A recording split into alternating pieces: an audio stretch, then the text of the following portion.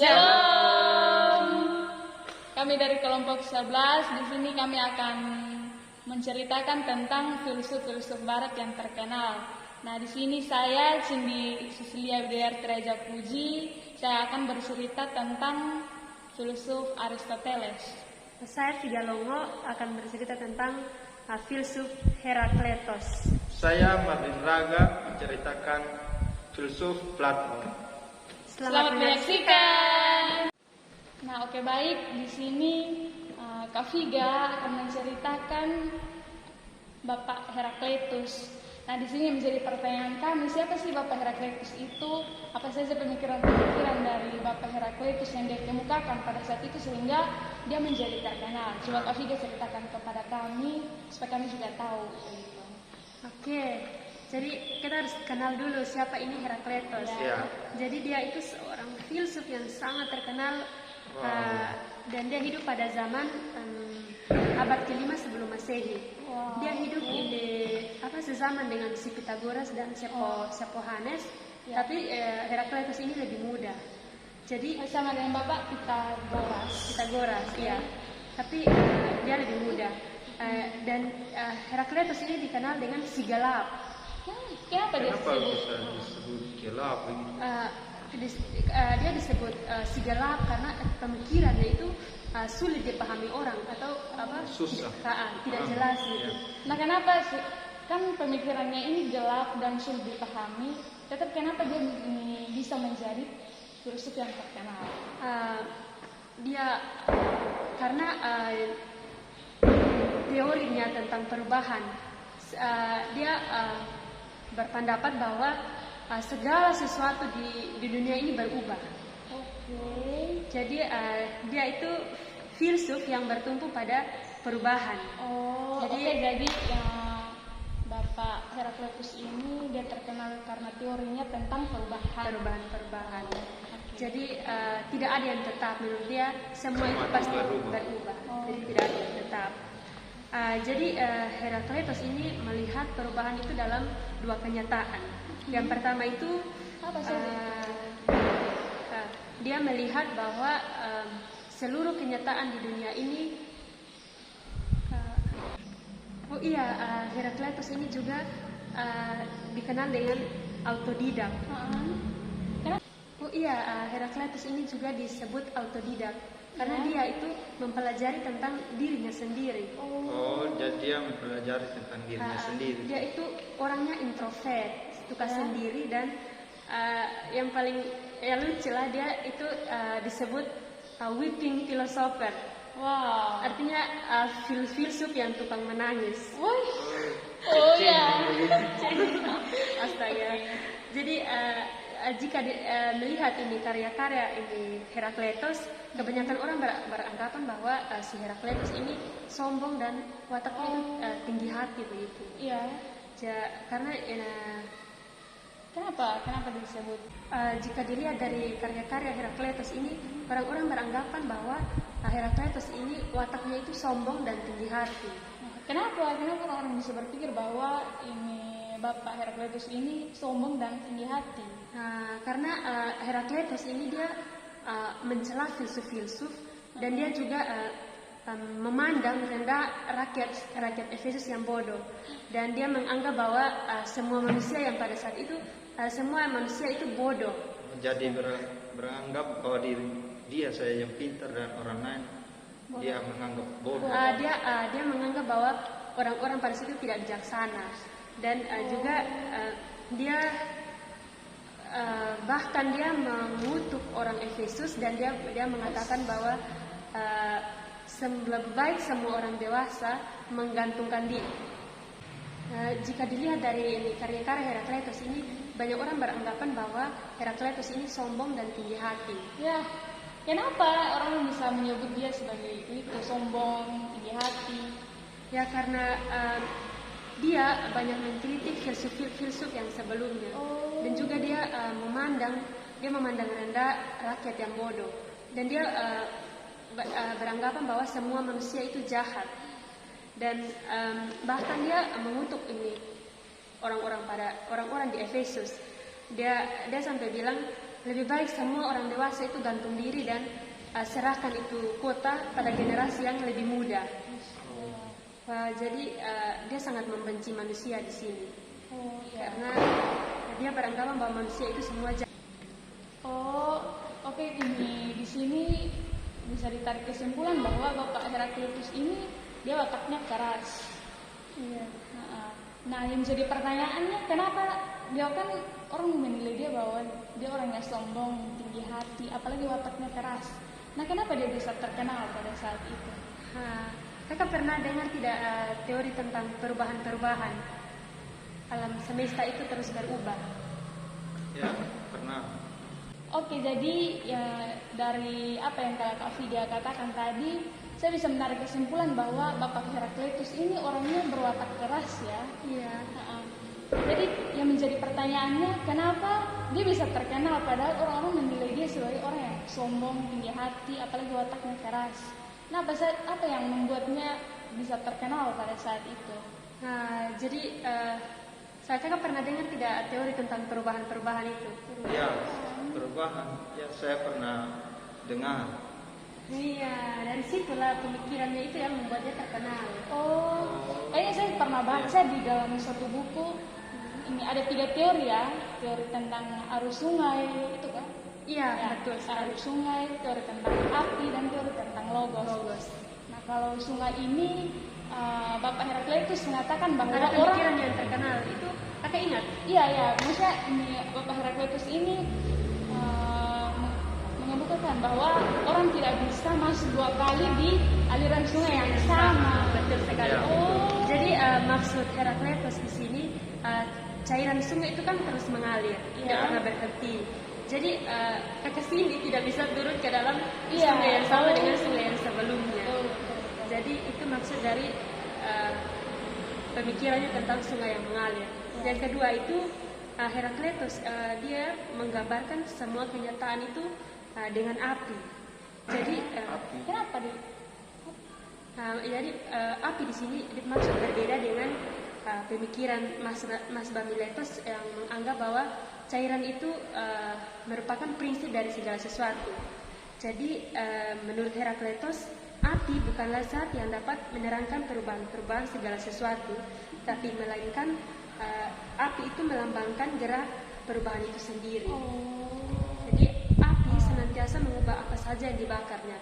Api bisa bakar sampah, dia berubah jadi abu. Pokoknya bakar apapun, dia akan berubah. Jadi api itu tetaplah api. Makanya Heraklitus dia bilang api itu cocok untuk melambangkan kesatuan dalam perubahan. Jadi yang ketiga itu tentang logos. Jadi segala sesuatu yang terus berubah di dunia bisa berlanjut teratur tanpa. Yang ketiga itu logos. Jadi Heraklitus bilang segala sesuatu yang terus berubah di dunia bisa berlanjut teratur karena adanya logos. Jadi pandangan logos di sini tidak boleh disamakan dengan logos yang ada pada Mazda Stoa. Jadi logos ini merupakan rasio yang dijadikan hukum yang menguasai segala-galanya dan menggerakkan segala sesuatu termasuk manusia itu sendiri. Dan logos juga dimengerti sebagai sesuatu yang material, namun sekaligus dia melampaui materi yang biasa. Dan hal itu disebabkan kan pada masa itu belum ada filsuf yang bisa membedakan antara yang rohani dan yang materi. Wow, that's good. Berarti pemikiran-pemikiran dari Bapak Heraklitus ini sangat menarik juga jika didengar. Benar sekali. Nah, kenapa Kak Figa ini sangat tertarik dengan filsuf? Betul. Kenapa Kak Figa sangat tertarik dengan Bapak Heraklitus ini? Nah, kenapa Kak Figa sangat tertarik dengan filsuf ini? Betul. Kenapa Kak Figa sangat tertarik untuk bercerita tentang Bapak Heraklitus ini? Saya sangat tertarik karena teorinya itu tentang perubahan itu. Betul. Jadi menurut saya perubahan itu sangat penting. Ketika manusia berubah, berarti ia tidak tetap pada satu posisi saja. Kalau berubah berarti ia bisa berkembang ke arah yang lebih baik, lebih maju. Jadi tidak pada satu posisi saja. Jadi perubahan itu sangat penting ada dan yang akan merubah kita ke lebih baik lagi. Betul, betul. Berarti kayak perubahan ini kita yang sekarang pas dengan yang dulu ada perubahan. Pasti berbeda. Kayaknya Sama. kita terus. Oke, baik, terima kasih buat Kak Figa yang telah berbagi cerita tentang Bapak Herakleitos, siapa Bapak Herakleitos, apa saja teori Bapak Herakleitos. Nah, di sini kita belajar bahwa perubahan itu memang terjadi, memang nyata, begitu. Nah, sekarang kita akan masuk kepada tokoh berikutnya, yaitu Bapak Plato. Di sini akan dibawakan atau Kak Mardin yang akan menceritakan buat kita semua. Siapa sih Bapak Plato itu? Apa saja teori-teori Bapak Plato ya? Oke, waktu saya bertanya. Ya, baik, Plato ini dia seorang filsuf. Iya. Dia lahir di Athena sekitar tahun 428 sampai 427 sebelum Masehi. Iya. Dan tahun itu ya baik, Plato ini dia lahir di Athena pada tahun 428 sampai 427 sebelum Masehi. Iya. Tahun-tahun awal perang Peloponnesia. Ia adalah seorang aristokrat yang sejahtera. Wow. Selama hidupnya, ia melihat akhir kemaharajaan Athena dan mendirikan kemaharajaan baru di bawah Philip dari Makedonia. Kemudian putra Philip dari Makedonia bernama Alexander Agung. Oh, yang si raja itu, Raja Makedonia itu. Iya. Iya.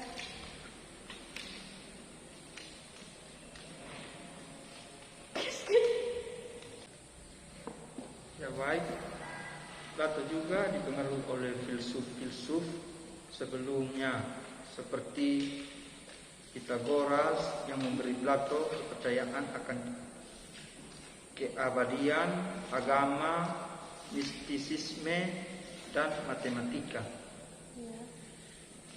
Parmenides yang memberinya pengertian bahwa kenyataan itu abadi, tidak berubah, dan nirwaktu. Heraklitus yang memberinya keyakinan bahwa tidak ada apapun yang permanen di dunia fisik dan bahwa pengetahuan yang benar tidak dapat datang melalui indera. Sokrates yang memberikan Plato keasyikan akan masalah-masalah etis dan keinginan untuk menjelaskan maksud atau tujuan di dunia ini. Baik Sokrates maupun Plato mengulati pengetahuan akan yang baik. Di dalam filsafatnya, Plato mencoba mengemukakan pemecahan antara pandangan Heraklitan mengenai semesta, bahwa dunia yang tampak selalu berubah, dengan pengertian Parmenidian bahwa kenyataan adalah satu dan tidak berubah.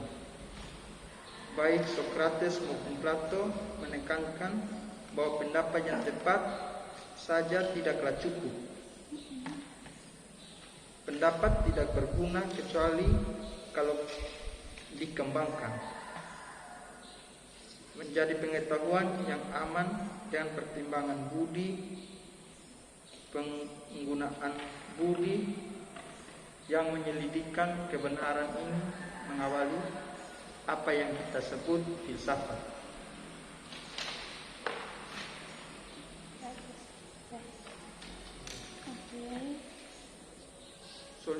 Solusi Plato didasarkan bukan pada fisika, melainkan pada logika, matematika, dan etika.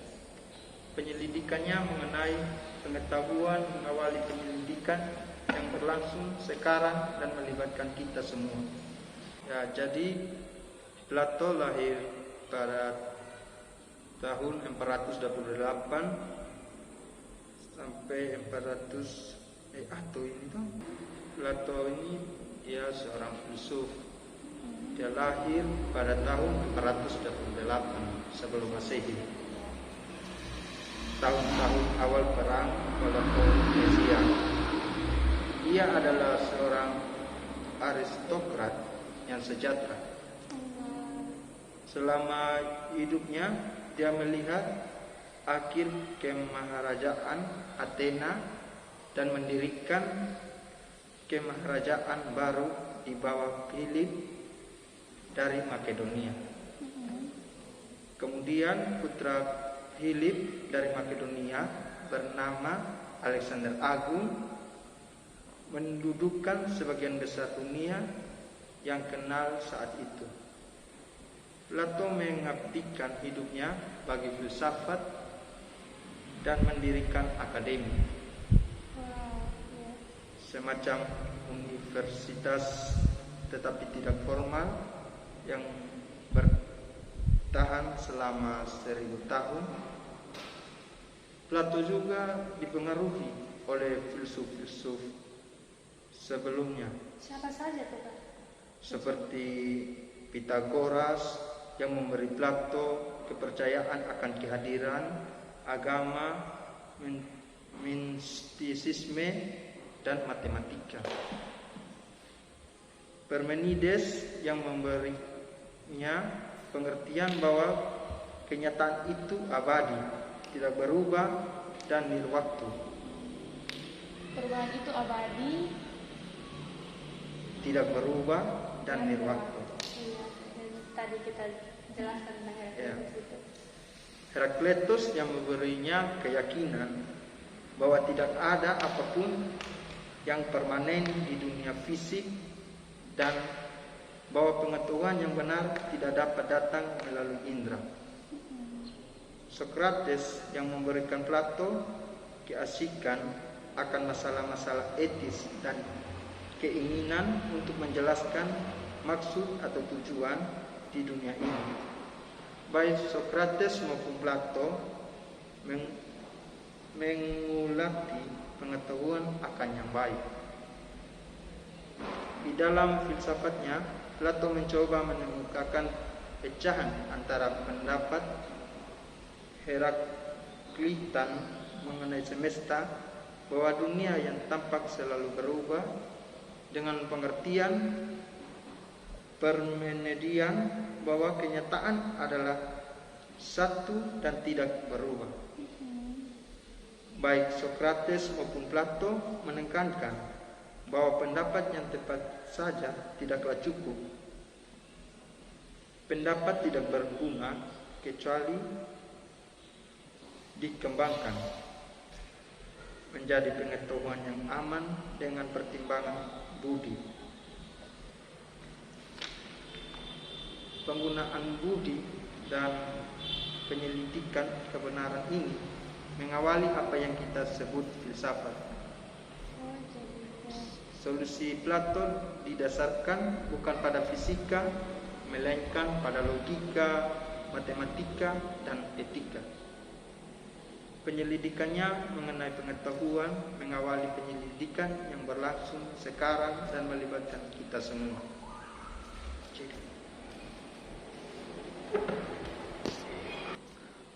Plato juga mengemukakan dua teori pengetahuan. Plato memberikan dua sumbangan bagi teori pengetahuan. Pertama adalah bahwa pengetahuan merupakan pengingatan apa yang telah ada di dalam kepala kita, bukan mempersepsi benda-benda baru. Kedua adalah teori formal yang akan Plato juga melawan para sofis. Para sofis adalah filsuf profesional yang hidup di Athena pada zaman Plato. Gorgias salah satunya mengatakan tidak ada sesuatu pun yang ada, dan seandainya ia ada, tidak ada seorang pun dapat tahu, dan seandainya mereka mengetahuinya, mereka tidak dapat mengkomunikasikannya. para sofis ini bersifat skeptik, yakin bahwa tidak ada pengetahuan yang pasti. Oleh karenanya, mereka memperlakukan filsafat sebagai keterampilan untuk dijual kepada murid-murid mereka, untuk memampukan murid-murid untuk berhasil di dalam hidup. Plato menyatakan perlawanan terhadap para sofis. Ia percaya bahwa kebenaran merupakan tujuan yang tepat bagi filsafat, bukan sukses. Dan di sini juga Plato sama sekali tidak setuju dengan pengertian theaetetus mengenai pengertian. Dan di sini Plato sama sekali tidak setuju dengan pengertian theaetetus. Nah, kenapa ini Plato tidak setuju dengan pengertian theaetetus? Tunggu, kita belum sampai theaetetus mengenai. Ya, dan di sini juga Plato juga tidak sama sekali dia tidak setuju dengan pengertian theaetetus mengenai pengetahuan. Nah, kenapa Plato tidak setuju dengan theaetetus mengenai pengetahuan? Karena pengetahuan empiris, pengetahuan dari informasi yang datang melalui indera, dianggap benar dan ilmiah. Masalah Plato adalah bahwa bila dunia selalu berubah, bagaimana dunia atau indera dapat diandalkan? Ia menyimpulkan bahwa mereka tidak dapat diandalkan dan pengetahuan sejati harus datang dari tempat lain. Ia menyimpulkan bahwa pengetahuan telah ada sebelumnya. Di dalam dialognya, Meno, Plato menyajikan Sokrates yang mengajukan masalah matematis kepada seorang anak untuk dipecahkan. Anak itu belum pernah dipelajari matematika apapun, tetapi ia mampu memecahkan masalah itu. Hal ini terjadi karena ia telah mengetahui jawabannya, meskipun ia tidak tahu. Klaim Sokrates adalah bahwa kita tidak belajar tetapi mengingat. Pengetahuan selalu telah ada di dalam pikiran kita. Kita mempunyai pengetahuan dari saat sebelum kita lahir. Sokrates mengatakan, atau ia sudah ketika telah mencapai pengetahuan yang dimilikinya sekarang, atau ia selalu memilikinya. Bila ia selalu memilikinya, ia harus selalu tahu. Bila sebaliknya ia memperolehnya pada suatu waktu sebelumnya, tidak mungkin di dalam hidupnya ini, kecuali seorang telah mengajarnya geometri. Bagi Plato, keuntungan mempertahankan pendapat ini adalah bahwa pendidikan dan pengalaman tidak berpengaruh. Pengetahuan sejati merupakan bawaan dalam diri kita. Kita tidak harus mengandalkan indera kita untuk memperoleh pengetahuan mengenai dunia. Pengetahuan sejati terdiri dari konsep-konsep, ide-ide telah ada dalam kepala kita, bukan informasi, ide-ide yang datang pada kita melalui indera.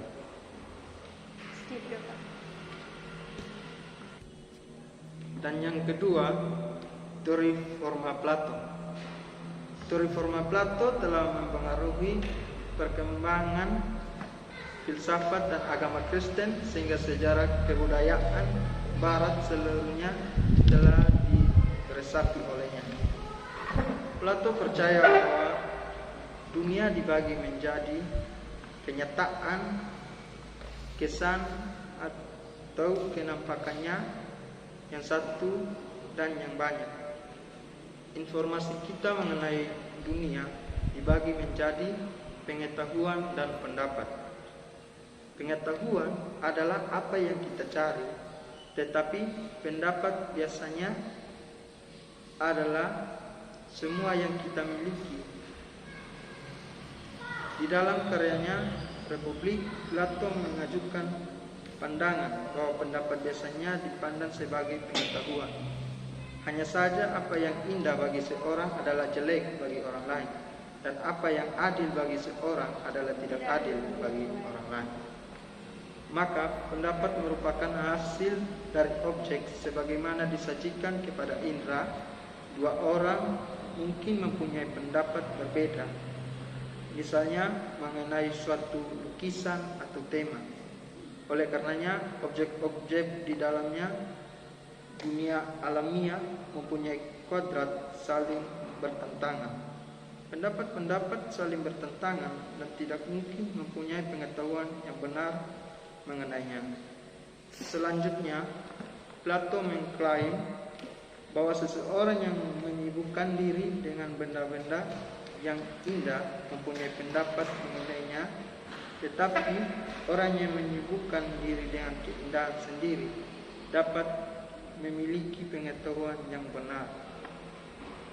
Dan mereka yang hatinya terlambat pada keadaan sebenarnya dari setiap benda disebut filsuf dan bukan pencinta pendapat.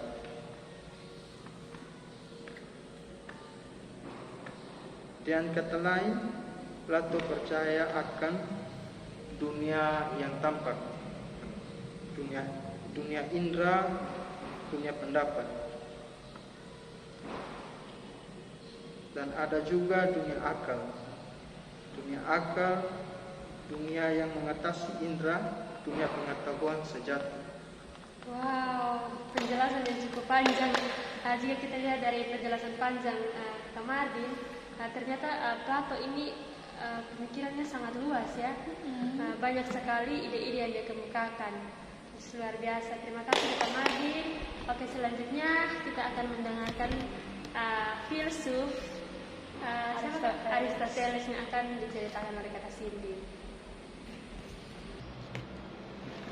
Nah, mengenai profil dan biografi dari filsuf Aristoteles ini sendiri, Aristoteles ini pasti kakak sudah pernah dengar bahwa dia itu mendapat julukan sebagai bapak ilmu pengetahuan. Kenapa dia disebut bapak ilmu pengetahuan? Karena Aristoteles ini dia orang pertama di dunia yang dapat membuktikan bahwa bumi ini bulat. Wow, keren. Bagaimana Aristoteles ini membuktikan bahwa bumi ini bulat? Nah, dia membuktikan dengan cara dia pergi melakukan perjalanan melihat gerhana. Dia langsung melakukan. Iya, dia pergi untuk melihat gerhana. Jadi 10 jenis kata yang dikenal orang-orang saat ini, yaitu kata kerja, kata benda, kata sifat dan sebagainya, itu merupakan pembagian kata dari hasil pemikiran ini Bapak Aristoteles itu sendiri. Dia pencetus kata-kata Iya, itu. iya. Nah, dia juga lah yang mengatakan bahwa manusia ini adalah makhluk sosial. Itu Aristoteles yang mengatakan untuk pertama kalinya. Nah, hasil karyanya ini orang-orang menerjemahkan ke berbagai bahasa Latin, yaitu bahasa Latin, Arab, Italia, Prancis, Ibrani, Jerman, dan Inggris. Nah, ini mengenai biografi Aristoteles. Ayah dari Aristoteles ini dia adalah dokter pribadi dari Raja Makedonia. Bayangkan dokter pribadi. Luar biasa. Jadi Aristoteles ini dilahirkan di kota Stagira, Makedonia pada tahun 384 sebelum Masehi. Nah, pada tahun 384 ini sebelum Masehi, Raja Makedonia, yaitu kakek dari Alexander Agung, dia meninggal dunia ketika Aristoteles berusia 15 tahun. Aristoteles kemudian tinggal bersama Proxenus yang merupakan pamannya. Nah, pada umur yang ke-17 tahun, Aristoteles ini dia pergi ke Athena untuk belajar di akademik milik Plato.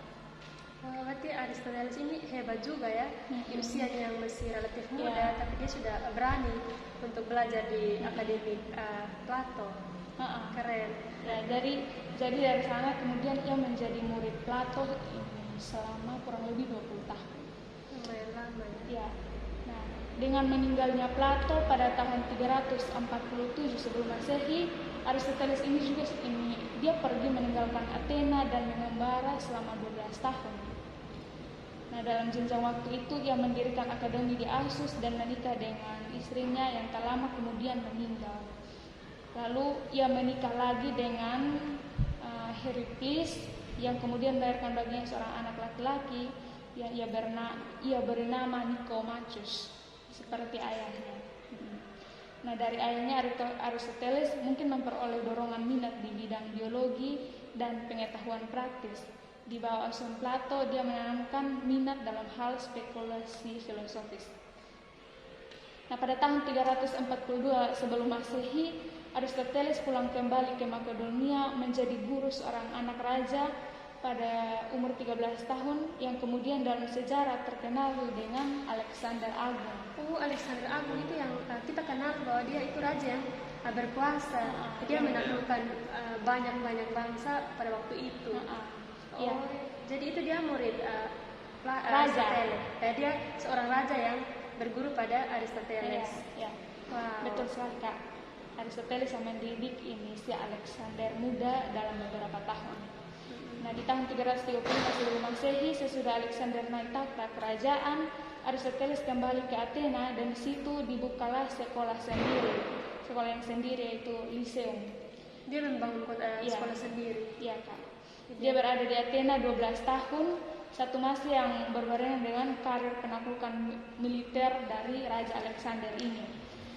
Alexander tidak minta nasihat kepada gurunya itu, tetapi dia berbaik hati menyediakan dana buat Aristoteles untuk melakukan penyelidikan. Artinya dia membalas jasa si gurunya. Mungkin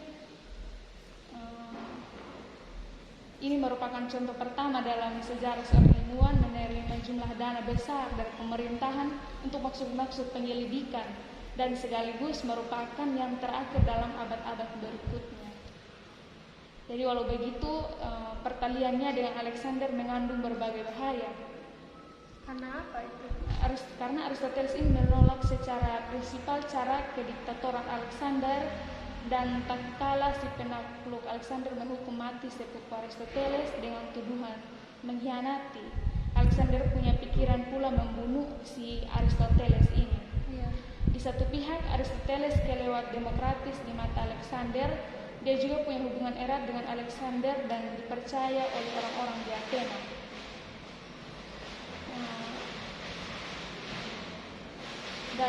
Kalau mengenai karya Aristoteles, hasil murni karya Aristoteles ini jumlahnya mencengangkan atau bisa dibilang banyak begitu.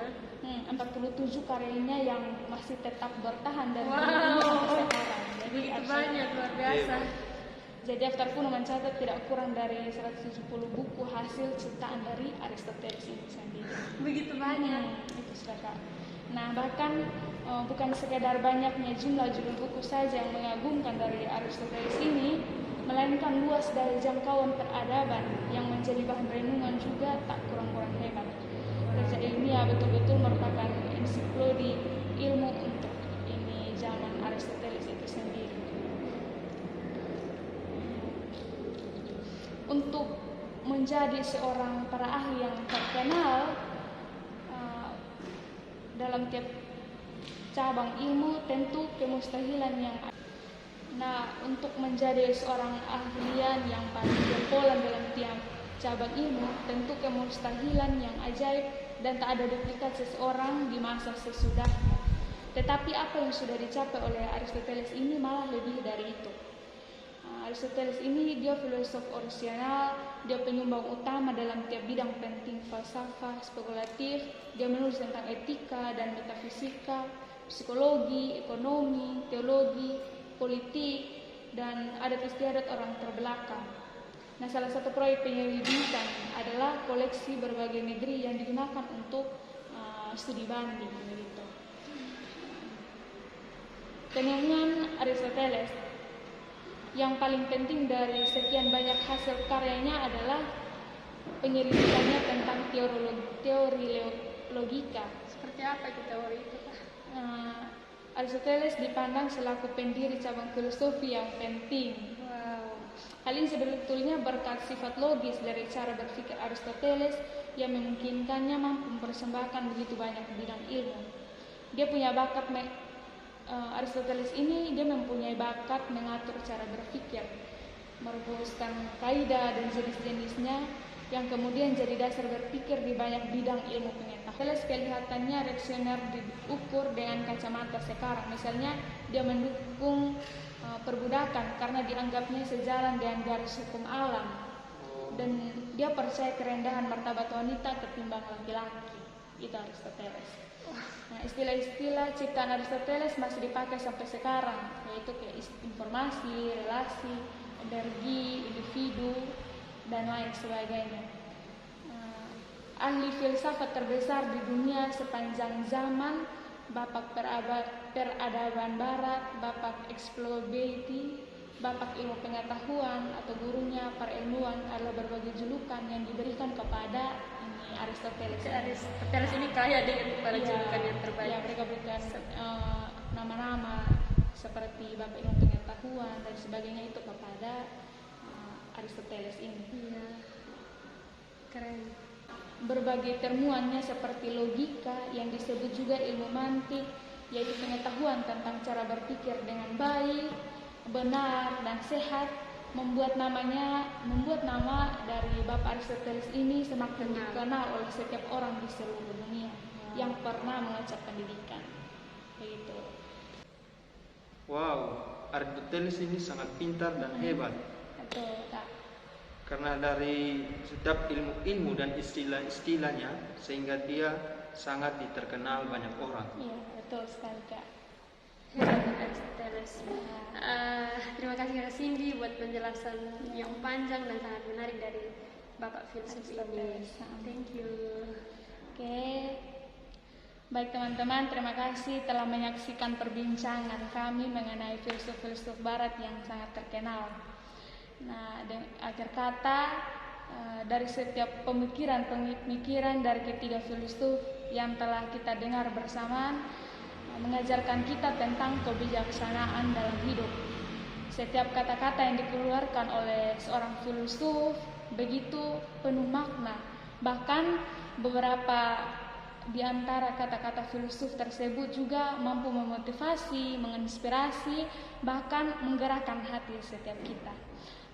Karena itu, akhir kata dari kami, Shalom.